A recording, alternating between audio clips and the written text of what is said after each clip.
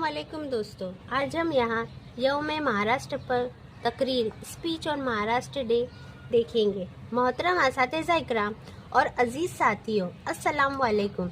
आज हम यहाँ यौम महाराष्ट्र मनाने के लिए जमा हुए हैं। यौम महाराष्ट्र हर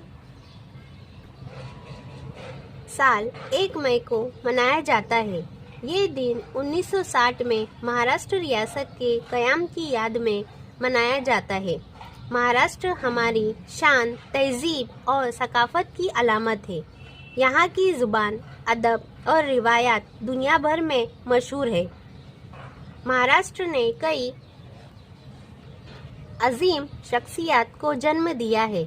हमें अपने रियासत पर फ़ख्र है और हमें इसे तरक्की की राह पर ले जाना है। आइए हम सब मिलकर अमन, इत्तेहाद और तरक्की का अहद करें। यौम महाराष्ट्र की आप सबको दिली मुबारकबाद। शुक्रिया।